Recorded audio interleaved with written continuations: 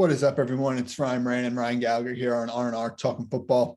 Today, we got a 2022 NFL mock draft as we are officially 7-8 days through free agency now. We have a better idea, more clear of a picture on how things could potentially shake out in late April as some moves were made by teams really starting at the top of the draft with the Jacksonville Jaguars kind of shaking things up these last couple of weeks with how things were expected to originally go. And it should be fun. Obviously, there have been some big time trades that have transpired and, shake up things as well towards the top of the draft. And as much as anything, the order has changed post combine, obviously.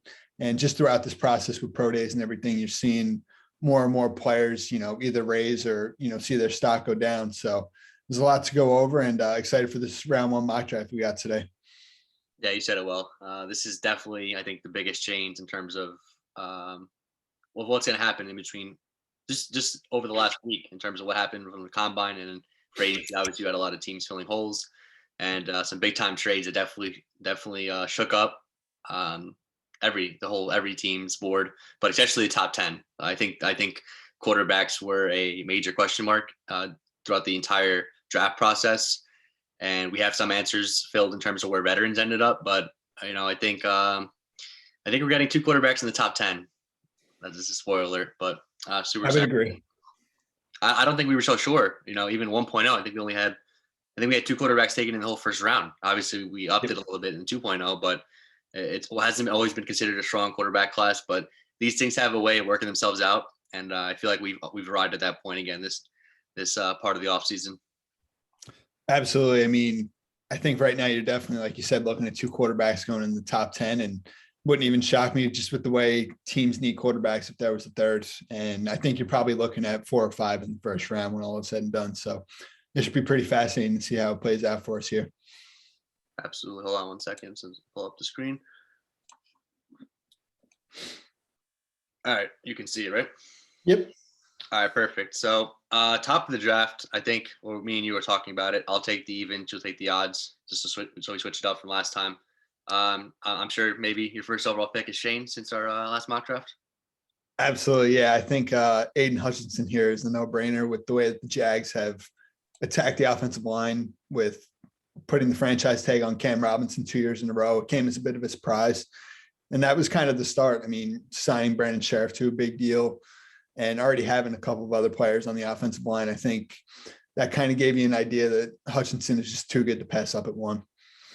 Yeah, I totally agree with you. I think that's going to be the pick. And I don't think that's going to change from now until, the actual NFL draft. So I think the draft starts at pick number 2. And, for months and months, we were all mocking Hutchinson here as like the run it in card. And I think that would happen if he actually did fall here. But this becomes a giant question mark. I thought about like a lot of different ways they can go. It talks about, I think Kyle Hamilton is the odds-on favorite to go here at number 2 right now, but it is very close. Ikwanu's up there as well. But I'm actually going to go a quarterback. I'm going to go Malik Wills here. I do think he goes either here or Carolina. This is a spoiler alert. I agree. I just think he's having his pro day right now as we speak. I've seen some of the throws, and it's not just that. It just, I guess the momentum's been building for him. I think the improvement from, just from the Senior Bowl all the way to now, I think that if the Lions fall in love with him, you take him. It feels like a good place for him to go to sit behind Jared Goff. I'd much rather him go here than a Carolina or Atlanta at the moment. So that's kind of funny to say for Detroit, but I just think we're kind of gearing toward this. And if I didn't take Malik here, I think I would take Kyle Hamilton. But for right now, I'm going to take the quarterback. Yeah, it's definitely interesting, especially with them now showing interest in like Arden Key. They re-signed Charles Harris. Yep. So I guess, and they already have Romeo Okwara, Julian Okwara. So it does lead you to believe that they're fully anticipating Hutchinson to go 1 and that they may not take a Trayvon Walker or Kayvon Thibodeau. And it's an ideal fit for Malik Willis to go and sit behind Jared Goff for a year. Probably would eventually take over at some point throughout the season. I don't know if, while I like what the Lions are building, I don't know if they're quite there yet. And Willis has all the traits and upside to, grow with, his arm strength, his mobility. And the Lions are building. They're adding, a DJ Chark to the offense. And I think they would definitely add another receiver here. So I like that fit, and I wouldn't be shocked at the end of the day. I think that's a complete wild card. Like you said, it starts with that second pick. And from here with the Texans, I mean, it's even more fascinating with, the two edge defenders in Kayvon and Trayvon, the two offensive linemen in Neal and Aquanu and Kyle Hamilton. To be honest, this is a really tough one. I think I'm going to go with Icky, though. Honestly, I think that they're going to look to go with the offensive line. They really have some unknowns, even though they're guaranteed, I guess, the Tunsil for this year and maybe next year. But I think that Icky is tough to pass up on here. I think Kyle Hamilton is probably strongly in play, but the positional value and just the excitement that Aquanu brings, I think, is a mauling presence. It's tough to pass up on here. Yeah, this you kind of scared me because I might have taken Aquanu next at 4. This has been a topic for Jet fans. People are fighting about it online every day with the whole Becton news. And so I don't know if the Jets are going to pass on him if he's there on the board. Like, to me, he is a top 3 player in this draft class. That's what makes it difficult. Agreed. This isn't even a thing about Becton. I don't want to make it about Becton, but like that's why it's being brought up, because the question mark about Becton. But the Jets do have. I do think their strategy changes. I guess since you have 2 top 10 picks, you might be more lenient to taking the best player available. But obviously, Quantum didn't fall here in this scenario. I'm just kind of thinking out loud here. I'm gonna go Kayvon Thibodeau here, and I don't know if this is gonna happen on draft night. I really don't. It's kind of gearing toward. I mean, I don't really know what you want to believe at this point, because there's obviously smoke. Not everything is true. Just stuff you're hearing, but it does kind of seem like Trayvon Walker is going to go before Kayvon Thibodeau, and I guess you can make the case for Jermaine Johnson at the same time. But I'm going to go Thibodeau. I don't think a lot of things get leaked from the Jets, with this regime, and but it wouldn't totally stun me if they took Trayvon Walker here. Yeah, I'm with you. I mean, while Kayvon is who I've wanted for the Jets all along, it seems just like such an unknown if Aquanu is there at 4. And with all the buzz surrounding Trayvon Walker and his high upside, I guess you really can't be surprised with anything. But I do think Kayvon is certainly in play at 4. Now with the Giants at 5, I think Evan Neal here is probably a no-brainer, honestly. They need offensive line help. They need tackles. I mean, I think Joe Shane's done a good job with John Feliciano and Mark Lewinsky upgrading the interior of the line. And now you get a potential. I would think with Andrew Thomas at left tackle, Neal probably goes to right tackle. And, as a pass blocker, he'll help out Daniel Jones, a ton. Yeah, I think a dream scenario. I think Giant fans have wanted either one of the tackles for a long time. And obviously you don't have to trade up. One of them falls into your lap. You run in the card. Panthers, I'm going to go our other quarterback here. I'm going to go Kenny Pickett. I just think a team that, was all in on Watson, obviously didn't end up getting him. Matt Rule's on the hot seat. You're not running it back with Darnold, in my opinion. Because if you are Matt Rule's probably gonna get fired anyway. But like you would think that he would want to go out and try to have the best case scenario, someone to kind of save him and save the franchise. And you know what? Like there's no one left in free agency at this point, even in trade. So I just feel like, and maybe that's why, because they were one of the teams I think that pulled out of the Watson street takes relatively early. They weren't one of the final 2 teams, and maybe that's because they had their eyes on, a quarterback in this draft class. And Matt Rule and Pickett have a relationship. So that kind of gears me even more toward Pickett to Carolina. Absolutely. And David Tepper just screams someone who's going to look for the flashy quarterback early. And I like Pickett. So it's a good fit there. With the Giants at 7, I think Ahmad Sauce Gardner is tough to pass up on for Wink Martindale. They did keep Bradbury, though. They have kept Bradbury. I still wouldn't rule out moving him, or I still just think that in general, Sauce here would be tough for the Giants to pass up on. To me, he's probably one of the best 5 players in this draft. He plays a premium position, really has everything physically and intangibly that you could ask for. And I think he fits that defensive scheme perfectly, and he gives them, a real building block piece defensively. All right, so you're going Sauce? Yep. I think I would disagree with you. I would have went Trayvon or Jermaine, but okay. Because Bradbury probably is only on a 1-year deal, but they do have one more year with the team. I meant to say, but Wink definitely values corners. I just think it'd be tough considering how much, unless they're thinking of just moving Bradbury on draft weekend. I still think Bradbury could be moved as well. So So the Falcons, obviously I'm not going to go quarterback here. It wasn't played for me because Marcus Mariota, as much as I like him, is not like a long-term answer, I don't think. And the deal he was given kind of indicates that. But you don't just take quarterback to take one. Two of them are gone in this scenario. And the Falcons are probably going to have the first overall pick next year. I don't think that's really a top 3 pick at least. And it's a strong quarterback class next year. So at this point, I think I'm just going to go best player available. And I'm probably going to take Kyle Hamilton here.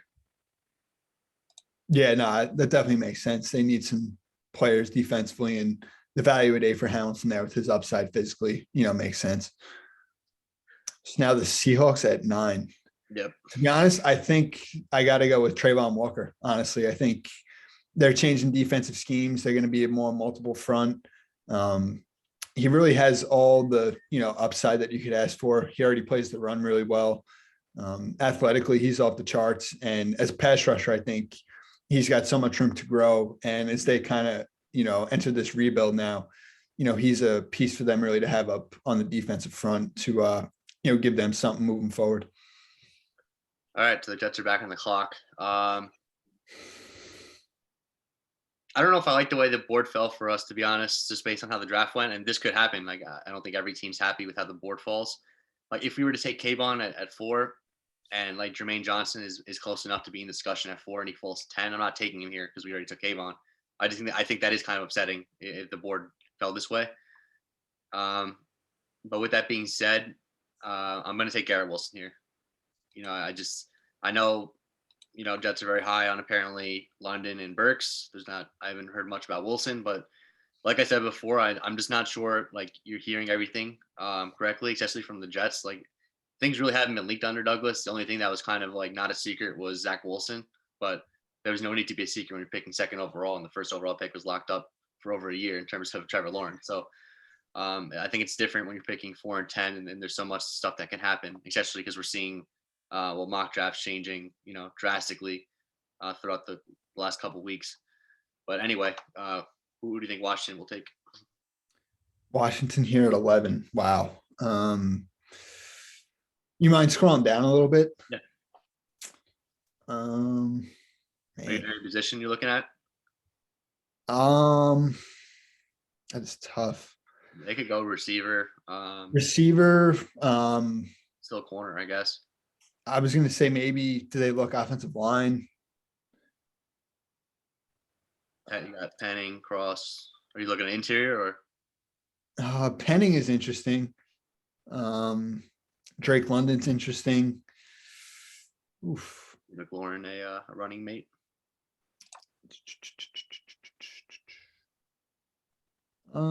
Yeah, I think I would go with Drake London, honestly, especially because I want him on the Jets so bad at 10. I think, he to me, he's worth it. I think he's really the complete package when you look at his releases, his routes, his size, his contested catch ability, kind of fits, there well with some of the speed that they've added in last offseason with Curtis Samuel and De'Ami Brown. And then you give, Scary Terry, another great player opposite him with London there for Carson Wentz. Yeah, London was in consideration for me at 10. I'd be no problem taking him. I just think I think I do have London as wide receiver for 1, but I also look at it like Wilson and London offer drastically different things. I just figured Wilson would be a better fit. But like I said, I'd be happy with either one, honestly. But the Vikings actually just signed Darius Smith as we're speaking. Yes, now, yep. They kept Hunter, so I'm not going to go Jermaine Johnson. I can't see him falling this far in the draft, honestly. I can see him going as high as 4 to the Jets. But I'm still not going to take him here because you got Hunter and you got Za'Darius for at least the next 2 or 3 years, you would think. They kind of got the tackles lined up. This is a tough one. Maybe corner.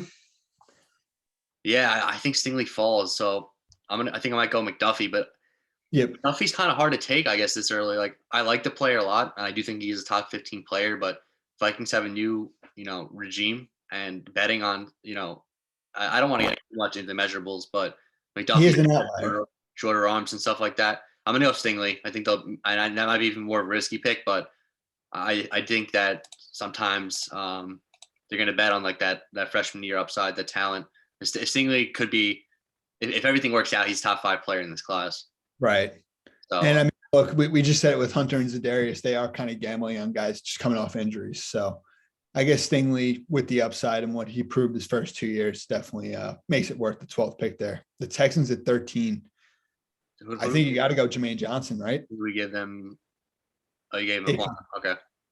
So yeah, I think Jermaine Johnson here. I mean, the value makes sense. They definitely could use some talent defensively, and I mean, JJ is an exciting prospect with his physical traits and how well he plays the run too. So it gives them something defensively.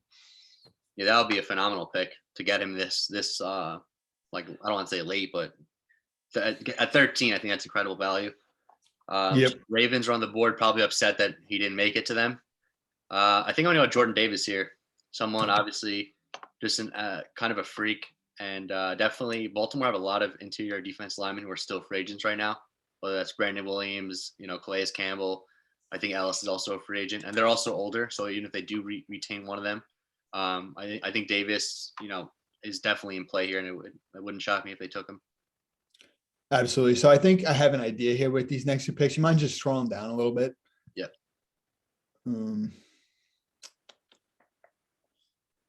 Yeah, so I think with that first pick, I'm probably going to go with Trevor Penning. I think to, fill in, probably start at right guard. And obviously Lane Johnson's a little bit older. So I think having him start on the interior and having a potential long-term replacement there at right tackle makes sense. And then with that next pick, I think I'm going to go with Traylon Burks. Give a true complementary type of piece there to Devontae Smith, get someone who's a little bigger, can offer you some things vertically. And I guess it's fair value there at 16 is the third receiver off the board behind Wilson in London. All right, well, you're on the board again just because. I didn't even realize that was. Would you have gone Burks too? I would have went Jamison Williams, but it's fine. I think we both. To be honest, I saw the Eagles 2 picks in a row. That's why I figured they're the same team. You would have went with Jamison Williams, you said? Yeah, I would have went with Jamison Williams. I just think ACL is obviously not. It's not as big as it used to be as a thing. I think that both Burks and Williams offer you two different things. I like to get a different complement opposite Devontae Smith, and they definitely need another receiver. I don't think there's a scenario where they don't take a wide receiver in the first round because they have 3 first-round picks. Definitely need to get another option on this offense. I would have went Williams just for the speed element. I just think, but I don't mind Burks either. Like you can do like yak ability and stuff like that. So, but I don't think Burks is. He'd be the third receiver taken in this scenario? Yeah, he's not my third receiver. This is more just a projection. I just don't think that's happening anymore. Like, I just think he's going in the 20s, but it's 16 and 21. It's not per se is that much of a difference. So right. You can take this Chargers pick. I saw the Eagles twice in a row. I just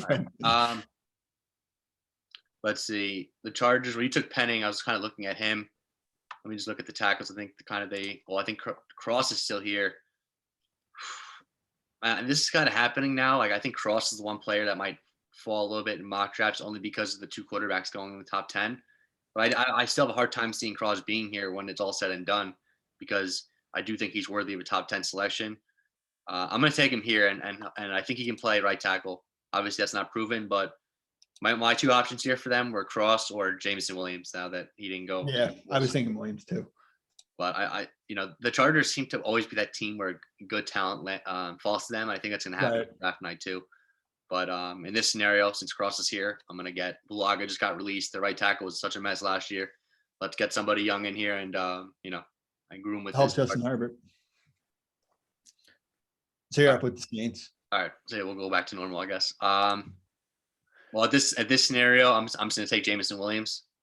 Obviously, I just think he was maybe in consideration for wide receiver 1 for I'm going to say majority of teams before he towards ACL. I just think teams obviously value speed. We've learned that throughout, how many different draft cycles. Usually, I don't want to say the fastest wide receiver goes first, but they do tend to go number 1 or 2 in draft classes. But I do think Jamison he's in that more Jalen Waddle mold where I just think it's not just speed. Obviously, that speed is elite at like all 3 levels, but he's more than just a guy who runs like a vertical route. He does a lot more, and I think it'd be a great pick for the Saints and any team that gets him. Absolutely, yeah. I love Williams, and they definitely need a receiver. So with the Eagles here, I'm kind of torn between Tyler Linderbaum and either Devin Lloyd or Nakobe Dean. You would think they would go defense, right? That'd be three. I would think probably Dean or Lloyd. No edge rushers. Did they get Not anybody? with the Hassan Reddick Oh, signing. they got it on Reddick. I forgot. Yeah. Yeah. Duffy, just to throw it out there. He's still on the board.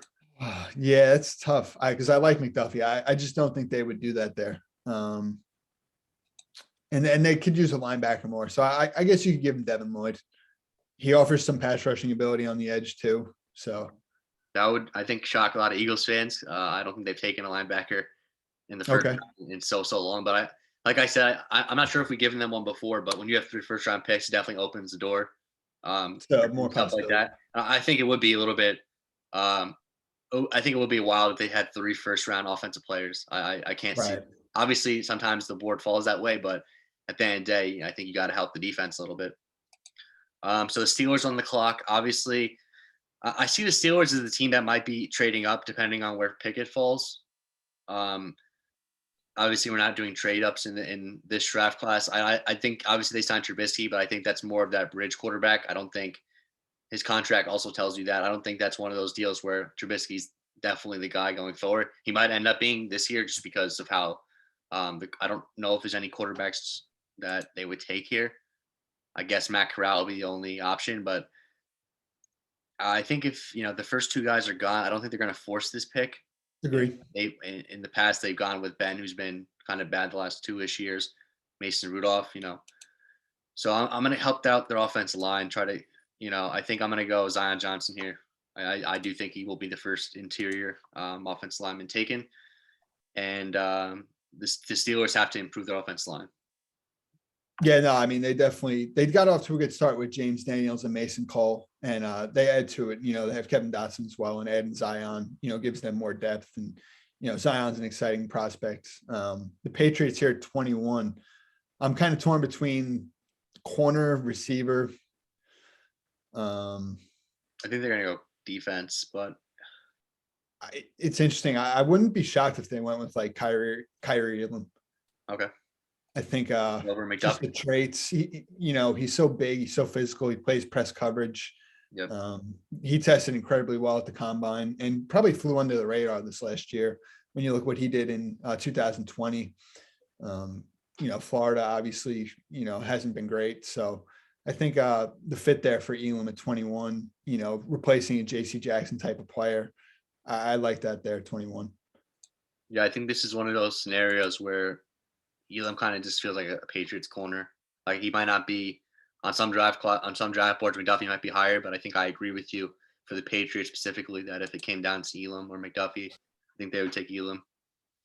Yeah, just based on the physical upside, agree. So the Packers are on the clock. Obviously, I know people are going to want me to take wide receiver here. Yeah. They still have 28 though. Yeah, they still have 28. Let me see just the big board first. Re-sign Preston Smith, so those guys are really out of the equation. I mean, not necessarily. They've gone in the past with True. Zadarius. But with Rashawn Gary. Yeah, I don't think. I think if Zion Johnson fell, then I think I would have taken him here, Packers, but it didn't happen. Linderbaum, I don't think he's in play. They just took Josh Myers last year. Yep. I think he's strictly a center. So I'm going to go Chris Olave at this point. I like it. I'm not forcing this pick. It just kind of happened that this was kind of near the best player available and a desperate need for the Packers as well. I would have went corner too. I just feel like they signed back Douglas. They're looking to extend Alexander. So it doesn't seem like much of a big need for them. So absolutely. So with the Cardinals here, I'm thinking David Ojabo, Trent McDuffie, Tyler. No, not Tyler Linderbaum with Rodney Hudson, but he is a little older if you want to look at it like that. But yeah, it's true. I probably agree. I don't think so. It's tough. It's a tough. I do think Ojabo goes in the first round still, even with the. Yeah, I think Ojabo here, honestly. Okay. Lost Chandler Jones, lost Hassan Reddick last year. JJ Watt's getting up there, so. Yeah, I think that JJ Watt deal kind of screwed them out of Hassan Reddick and maybe Right. even Chandler Jones, which that's why sometimes when you sign those older players, it kind of, I mean, listen, there's ways to work the cap still. They could have got it done if they really wanted to, Yep. but I do think they kind of made that mistake, honestly. And the Cardinals are, I don't know where they are right now. Like they're kind of in the middle of rebuild, like we're retooling. So like Ojabo for the future, and you get a 5th-year option from him too by taking him in the first round. So I could definitely see this. I do think he goes somewhere in the 20s. I agree. So the Cowboys are on the clock. Another team that just didn't have a great free agency in my opinion. Obviously, it wasn't a complete disaster, but definitely lost more talent than they added and brought back. Olave would have been nice because we lost Cooper. It didn't happen. I don't think Carl Loftus is their kind of player. I feel like Dan Quinn kind of wants more. I'm actually going to go. Let me see the interior one more time. We lost Connor Williams. This is tough. Let me see the big board one more time. I'm going to go McDuffie here. I think I'll stop the drop. I just think they might be looking at that. Cowboys do tend to go best player available. Even they take that over needs. And I do think McDuffie is one of the top players that was left here. And I do think he might be like a top 15, top 20 player on a lot of teams' board. Just kind of played out this way. Absolutely. I love McDuffie. I was going to take him with the Bills, but I'm going to go with Kenyon Green here. I think the Bills need to get tougher on the offensive line. They got to run the ball better. And I think Kenyon Green brings exactly that. He's a safe prospect. And I think, to me, he's definitely one of the top 20 players to sell in this draft. So I like the value there for the Bills and help Josh Allen up front. Titans, an interesting team, obviously. They cut Julio Jones a couple of days ago, but then they got Robert Woods in for a 6. I was looking at a wide receiver for them, but I think that's off the board at this point, even though there are guys I like. I think they have kind of bigger needs. Let me see who's Nakobe Dean's interesting for them. I know he's a little bit undersized, and that I think that's why he's going to drop a little bit compared to maybe where you think he might go or where people are assuming that he might go. I think Evans is a free agent, and Brown, they're both their linebackers. I think they do have Zach Cunningham under contract, but it's still a pretty big need. I think right tackle is a massive, massive need. And they've tried this before in the first round, but it still hasn't gotten addressed. It's still a huge, huge need in the AFC against those pass rushers. I'm going to go Raymond here. Okay. No, I don't really love the pick, but I just feel like they have to get better there, and they have to take another swing at tackle. Yeah, I agree. The offensive line for them has got to be better. The Buccaneers at 27. It's tough. I mean, obviously they brought back both Chris Godwin and Carlton Davis, which was a surprise. Lost Jordan Whitehead, but had Mike Edwards, who could really fill in there.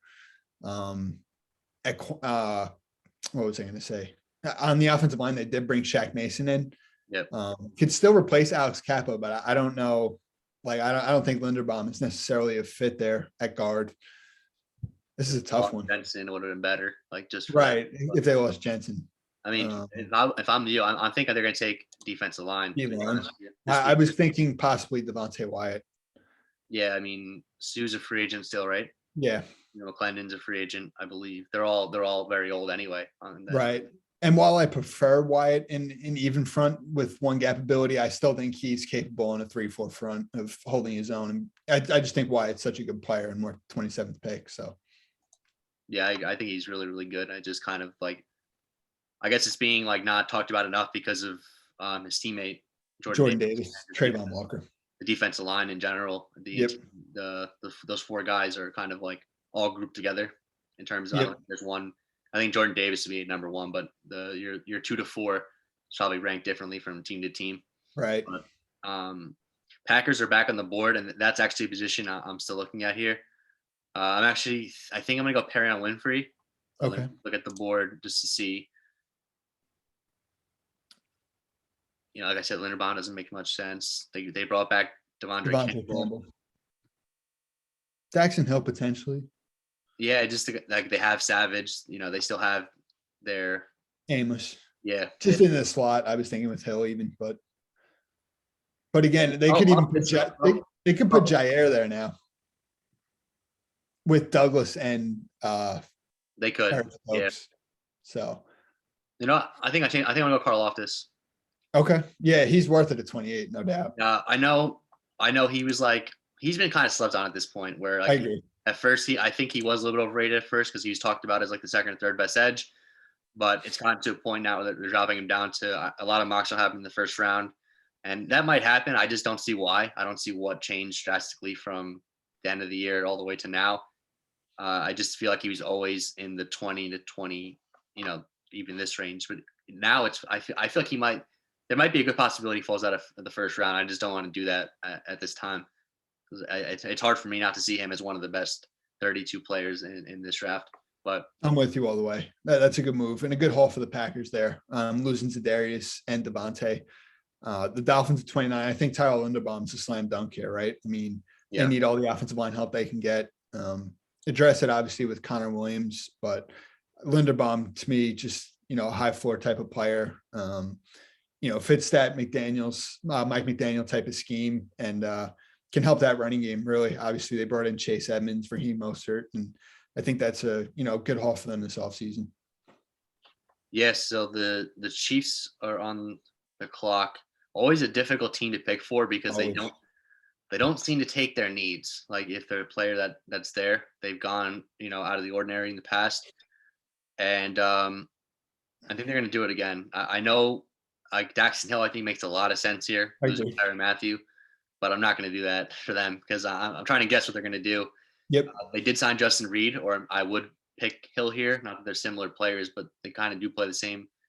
Well, not really. Hill's more of the deep safety, but I just feel like they're not going to go that route. I think they're also going to tap into the defensive line. I'm going to go Winfrey here.